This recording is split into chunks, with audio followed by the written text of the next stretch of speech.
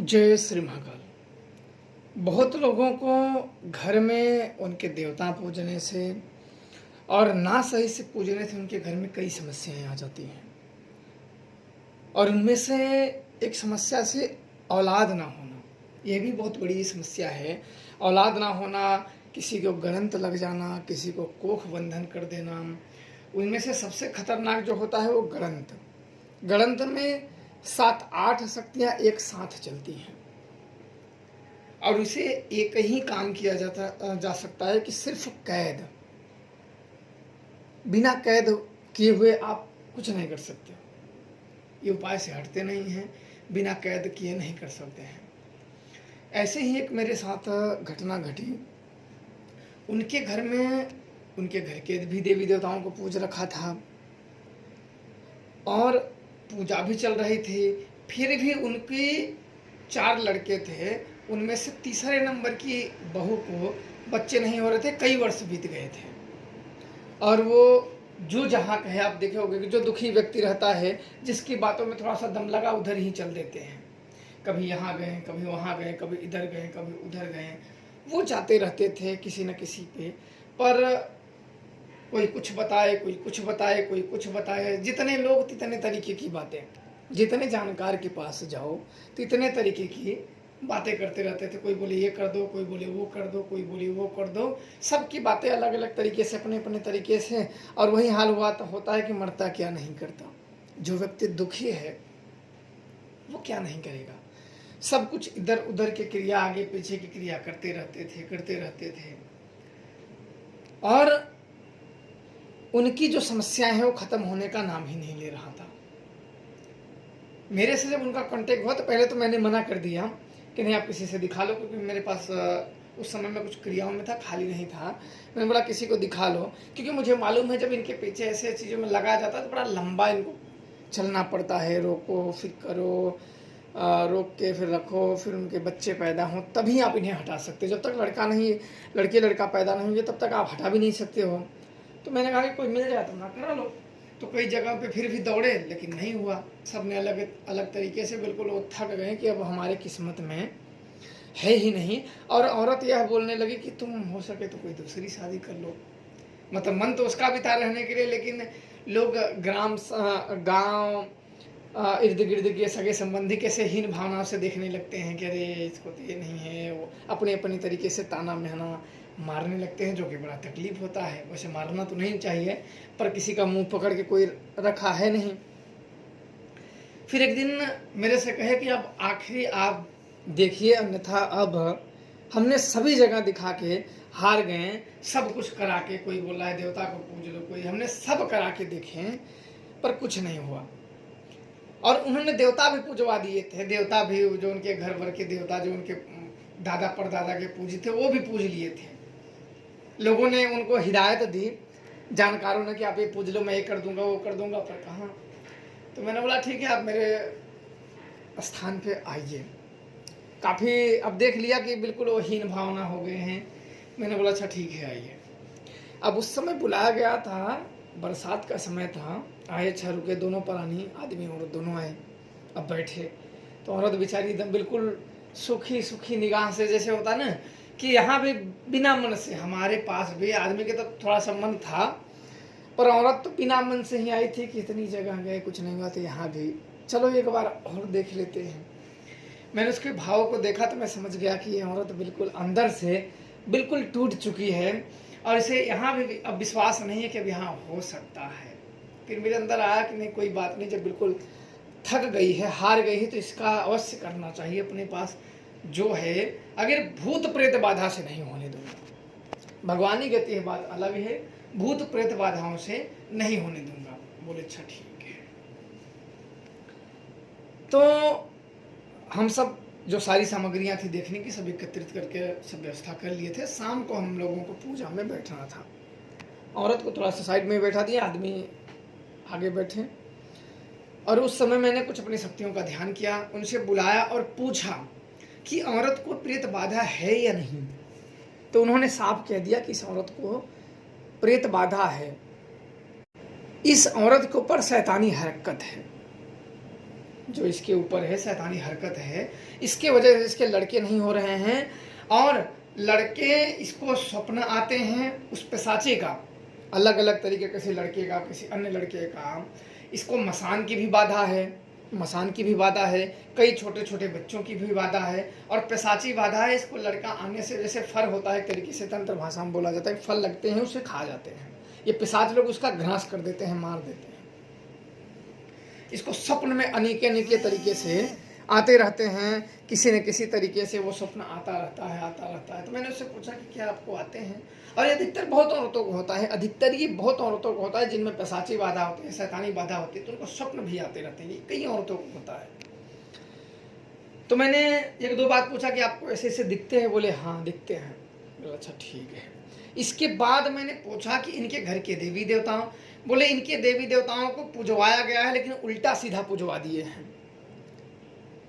उल्टा सीधा का मतलब होता है, एक ऐसे में आपको तरीके से समझाओ जो समझ में आए। जैसे गुरु है और 10 शिष्य हैं, तो गुरु को पीछे कर दो, शिष्य को आगे कर दो।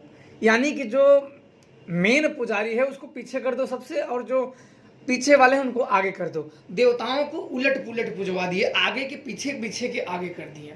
तो नए जानकारों को यहाँ आप लोगों को एक सीख मिलेगी कि नए लोगों को, नवसिखिए लोगों को चक्कर में इसलिए नहीं पड़ा जाता है कि ये उलट पुलट कर देंगे तो वो देवता आगे पीछे हो जाएंगे, तो देवताओं का भी कोप लद जाएगा। और देवताओं का कोप लद जाता है ना, तो फिर नहीं होता है। हर तंत्र अपने अपने एरिया का अलग अलग तरीके से तंत्र प्रयोग होता है।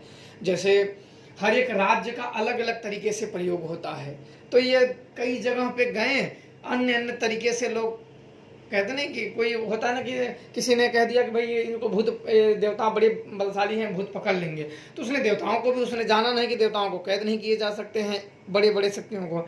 और वो भी कैद करने का, तो वो और क्रोधित हो गए। तो क्रोधित शक्तियाँ किसे दंड देंगे? घर में रहने वाले को ही तो देंगी। और ये बेचारी, ये दोनों भोग रहे थे, इनको भी शक्तियों को बड़ी गड़बड़ था। मैंने बोला अच्छा ठीक है। अब सब कुछ पता चल गया कि घर के देवी देवताओं गड़बड़ है, और इस औरत को इसी के पटीदार के लोगों ने करा दिया है। जैसे जो क्या बोलते हैं, इसके सास ससुर जो हैं, घर वाले, यहाँ जहाँ आई है, जहाँ इसकी शादी हुई है, यहाँ के पटीदार लड़के के चाचा, लड़के के दादा के भाइयों ने करा दिया था। अपना घर बचाने के लिए दूसरे के घर पे कर दिए थे। यही प्रेत इसके ऊपर आ गया था। और ये प्रेत था नवलदियत। नवलदियत का मतलब होता है कि जिसमें लड़के ही ना हो, वहीं पे मतलब वंश समाप्त। ये जल्दी जाते नहीं से। और धन मध्य में बोल रहे थे।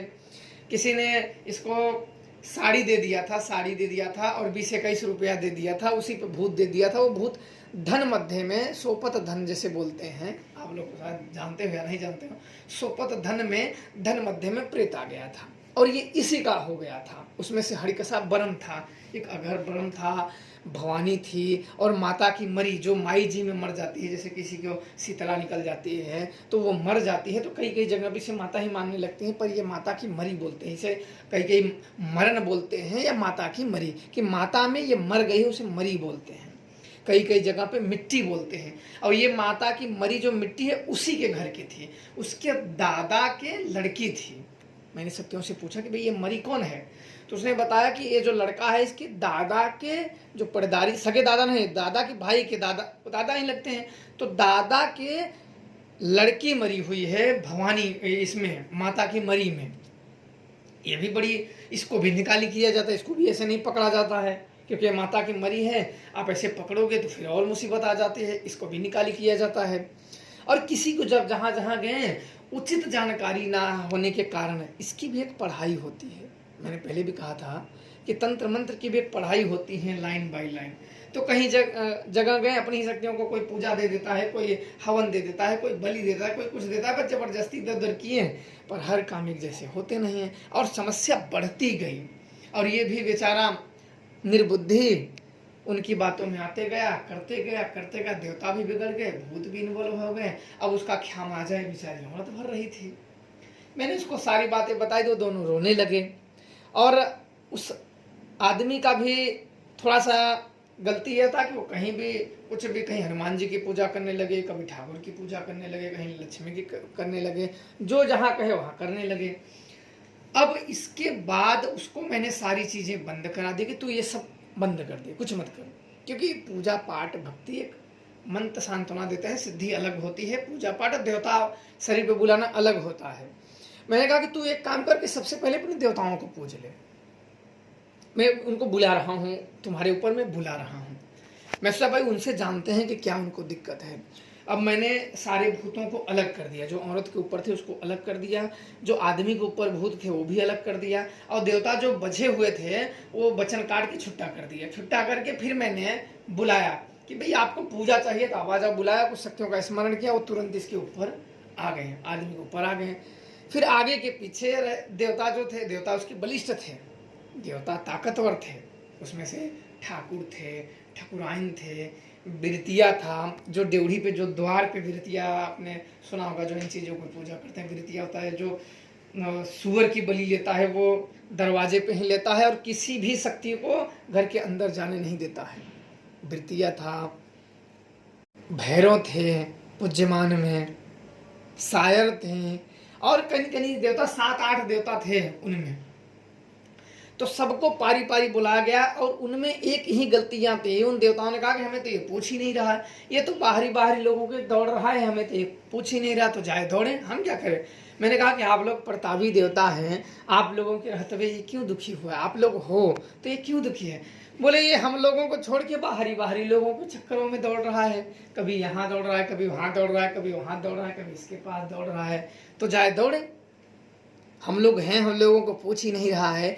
इसलिए मैं ये कहता हूँ कि जो घर के देवी देवता हों तो अपने ही बुजुर्गों को बुला के, अपने ही गांव के लोगों को बुला के उनको पूज लेना चाहिए, बाहरी के चक्करों में बिल्कुल नहीं पड़ना चाहिए, नहीं खामियाजा आपको बाद में भरना पड़ता है, जो यह भर रहा था। मैंने ये सब तो मैंने किए हैं, आप लोगों के अपने अनुभव बताता हूँ, ताकि आप लोग थोड़ी सी बातों में या किसी की चिकनी चुपड़ी बातों में ना फंसें और ऐसी गलतियाँ ना करें। फिर उसी समय उनसे पूछा गया कि तुम्हारे पीछे कौन आता था, तुम्हारे पीछे कौन आता था। उन सबने बताया कि भाई पहले ये आता था, पहले ये आता था। पहले जैसे कोई देवता होता है, जैसे कहीं में ठाकुर आ रहा है, ठाकुर और ठाकुराइन, पहले जैसे कोई शक्ति में ठाकुर आ रहा है, तो कोई अगर नया जानकार, उसको पता नहीं है कि ये सीरियल बाय सीरियल से कैसे इनको बुलाया जाए, तो वो गलती कर देगा, ऐसे ठाकुर के बदले में किसी भवानी को आगे कर देगा ना, तो ये ठाकुर ही हजारों भूत का रूप धारण कर लेगा। ये ठाकुर ऐसी शक्ति है कि कोई भी जानकार बैठे उसको भूत प्रेत जिन्नात सब रूप धारण करके दिखा देगा।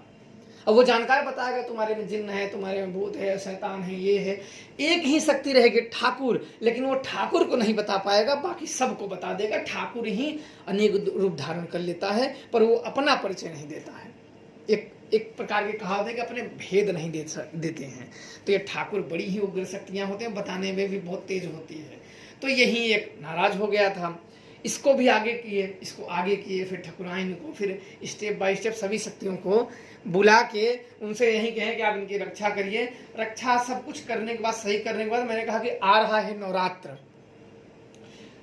आ रहा है, मैं उसमें आपको इस बरुआ को मैं रखाऊंगा, 9 दिन व्रत रखाऊंगा, और इसको तुम अपने इसके शरीर पे आके खेल बोल जाओ और इसके सारे कार्य करो। जब भी बुलाए ये पूजा करेगा, जब भी बुलाए आपकी इसकी मदद करना। वो सब मान गए। मानने के बाद फिर औरत के ऊपर जो बाधाएं थी, जो धन मध्य में था, जो माता की मरी थी, उन सब को रोका गया। उसकी शरीरों को सुरक्षा कवच किया गया, बंधन में डाला गया, उसकी कोखों का खोला गया। सब कुछ करने के बाद उसे भेज दिया गया, और उसी महीने में उसको गर्भ रुक गया। तो हर महीने वो कॉन्टेक्ट में लगे रहते थे कि उनको डर था कि कहीं मेरा खराब ना हो जाए, तो हमें भी बार बार चेक करना पड़ता था। ऐसे करके 9 महीने बीते 10वें महीने में, 9 महीने के बाद उनको एक लड़का हुआ। तो मैंने उनको, मेरे मन में जो आया, बोले कि आप ही बताइए कि आपकी ही कृपा से। मैंने बोला मेरे क्या कृपा से, सब ईश्वर की मर्जी है, हम तो एक निमित्त मात्र हैं। बोले आप ही जो नाम रखिए हम रख देंगे। मैंने कहा कि ठीक है। मेरे मन में जो आया मैंने बता दिया। बताने के बाद नवरात्र आया, जब नवरात्र आने के बाद उनकी शक्तियाँ उनको पुजवाने के बाद एक प्रकार की उन्हें सिद्धियाँ भी प्राप्त हो गई, तांत्रिक भी बन गए, और उनकी शक्तियाँ भी ठीक हुई। घर परिवार आज खेल रहा है। अब उनको 3 बच्चे हो गए हैं, और अब लोगों का भला कर रहे हैं। अब भी जब भी कभी मिलना होता है तो अभी भी वो मिलने के लिए आ जाते हैं, कुछ मार्गदर्शन लेने के लिए आ जाते हैं। जो किसी का भला करना, कोई भी कैसे, तो मार्गदर्शन लेने आ जाते हैं, तो मैं उनका मार्गदर्शन कर देता हूँ।